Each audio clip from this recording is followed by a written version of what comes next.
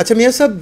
ये आपने express way का बताया, इसके अलावा कौन से तरक्याती और काम हैं जिसका आपने जिक्र किया है कि बाकी मानदा जो काम पड़े हुए हैं वो हम उनको पूरे करवाने की कोशिश करेंगे, उसके बारे में ज़रा आवाम को आगाह करेंगे। देखो जी, ये 3 चीज़ें जो हैं ये तो कमिटेड हैं कि हमने इसके ऊपर अपना एड़ी चोटी का पूरा जोर लगाना है, एक्सप्रेस वे पे और वो जो मोटरवे तक सड़क है उस पर और ओवरहेड ब्रिज पे। तो इसके अलावा जो हमारे काम जो पेंडिंग पड़े हुए थे उनमें एक जो काम था सबसे अहम, अपने इलाका के बच्चों के लिए और बेटियों के लिए, जो चौधरी बरजीश ताहिर साहब ने पहले ये कहा था, बल्कि मियाँ नवाज शरीफ साहब का जब जलसा हुआ तो उसमें भी उनको रिक्वेस्ट की गई थी कि यूनिवर्सिटी का कैंपस जो है वो सांगला में मंजूर करवाया जाए। इंशाअल्लाह अल्लाह के फजलो करम से चौधरी बरजीश ताहिर साहब उस यूनिवर्सिटी के कैंपस के लिए भरपूर कोशिश करेंगे, इंशाअल्लाह वो भी सांगला में बनवाएंगे। मैं सब इस बार आपके चौधरी बरजीश ताहिर साहब को कोई वजारत नहीं मिली, हालांकि जब नवाज शरीफ साहब प्राइम मिनिस्टर होते थे तो उनको अक्सर कोई ना कोई वजारत मिल जाती थी। अब शहबाज शरीफ साहब हैं, लोगों का कहना है कि बरजीश ताहिर साहब का शहबाज शरीफ के साथ इतना नहीं है वास्ता जितना नवाज शरीफ के पास है या नवाज शरीफ के साथ था, तो क्या यही वजह है उनकी वजारत में हायल होने का? नहीं, ऐसी कोई बात नहीं है, क्योंकि पहले आपको पता है कि शेख रशीद साहब कहते थे कि शीन में से नून में से शीन निकलेगी, शीन में से नून निकलेगा। तो आप सब लोगों ने देख लिया, बल्कि पाकिस्तान की पूरी कौम ने देखा है कि नून में से शीन कोई चीज़ भी नहीं निकली। वो सब कुछ एक ही हैं, उनका नज़रिया एक है। वो सब मियाँ नवाज शरीफ को अपना कायद लीडर मानते हैं और अपने आप को मियाँ शहबाज शरीफ और हमदा शहबाज जो है ना वो एक पार्टी का अदना कारकुन कहते हैं। लेकिन अभी तक तो शीन ही चल रही है ना जी, अभी तक तो मीम का कोई जिक्र नहीं है, अभी तक तो शीन ही चल रही है ना। नहीं, ये बात नहीं, नून ही चल रही है। बयानिया जो है ना वो नून का ही है, मियाँ नवाज शरीफ साहब का ही है। तो इसलिए मैंने और चौधरी बरजीश ताहिर साहब ने ये आपस में बैठ कर डिसाइड किया था कि हमें वजारत नहीं चाहिए और ना ही हमें कोई मशीर की चाहिए।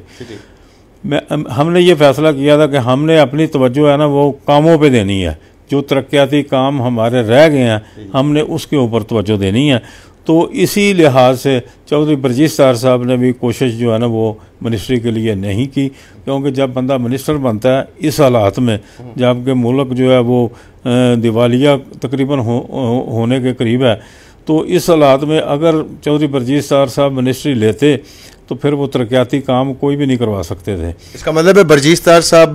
बड़े अक्लमंद निकले हैं कि कल को अगर कोई ऐसी बात होती है तो मेरे सर में खाक ना पड़े, जो बाकी मिनिस्टर बड़े उनके सर में पड़ जाए। बिल्कुल ऐसे ही है, उन्होंने बड़ा सोच समझ के ये फैसला किया है कि मैंने मिनिस्ट्री नहीं लेनी। और मैंने भी उन्हें कहा जी मुझे भी कोई दिलचस्पी नहीं, मुझे भी अगर दिलचस्पी है तो इन कामों में है कि ये जो हमारे इलाके के तरक्याती काम जो रह गए थे, जो हमारी बदनामी का बायस बने हुए थे, हमने टॉप प्रायोरिटी पे इनको करना है। तो उसमें ये इन 3 कामों से हटकर एक काम तो मैंने आपको बता दिया कि वो यूनिवर्सिटी का कैंपस जो है वो सांगला के लिए हम चौधरी बरजीश ताहिर साहब जो है वो करवाएंगे। दूसरे नंबर पे ये जो हमारा THQ हॉस्पिटल है रेलवे लाइन के दूसरी तरफ है, अक्सर पेशतर गाड़ियाँ आती जाती हैं तो पेशेंट जो है ना उधर आसानी से हॉस्पिटल में नहीं पहुंच सकता।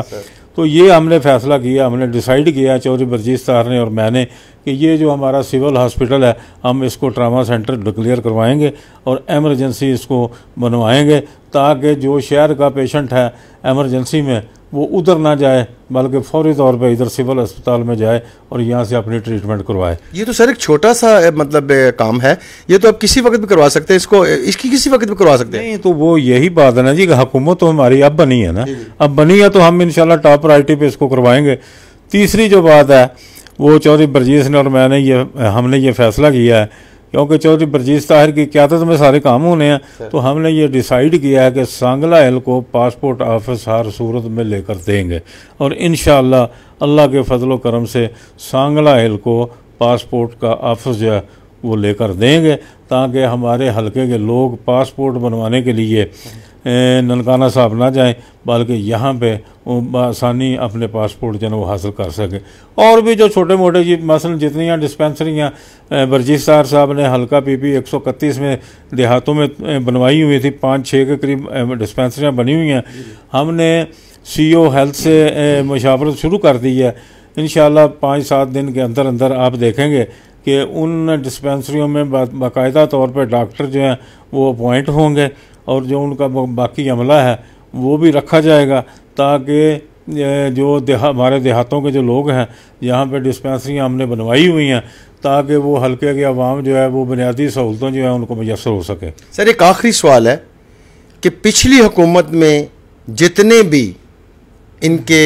हुकूमती अहलकार या हुकूमती नुमाइंदे आए, उन्होंने अपनी यूथ को बहुत नवाजा, अपने यंग जो बेरोज़गार नौजवान थे उनको बहुत नवाजा। क्या आपका भी कोई ऐसा प्लान है कि आप कम अज़ कम मुस्लिम लीग नून के जो नौजवान बेरोज़गार फिर रहे हैं उनके लिए कोई ऐसा पैकेज लाएं, उनको कोई सरकारी नौकरियां दिलवाएं? क्योंकि उन्होंने जिस तरह भी हो सका उन्होंने टाइगर फोर्स के ज़रिए से, दूसरी फोर्स के ज़रिए से, किसी फोर्स के ज़रिए से, किसी भी जहां उनका हाथ पड़ा ना, उन्होंने अपने नौजवानों को जिसको भी लगाना चाहा उन्होंने लगाया, उनका हाथ पड़ा उन्होंने उनको लगवा दिया। तो क्या आपके पास भी कोई ऐसा प्लान है, क्योंकि ये प्लान आपको मुस्तकबिल में बहुत फ़ायदा देगा?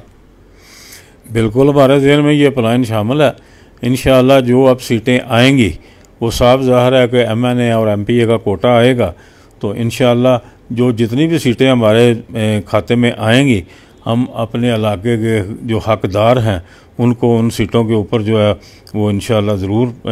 लगवाएंगे, ताकि जो हमसे हो सकता है अपने हल्के के गरीब आवाम के लिए वो हर सूरत इंशाअल्लाह करेंगे। बहुत शुक्रिया मियाँ साहब, इंशाअल्लाह दोबारा मुलाकात होगी। खुदा हाफिज़।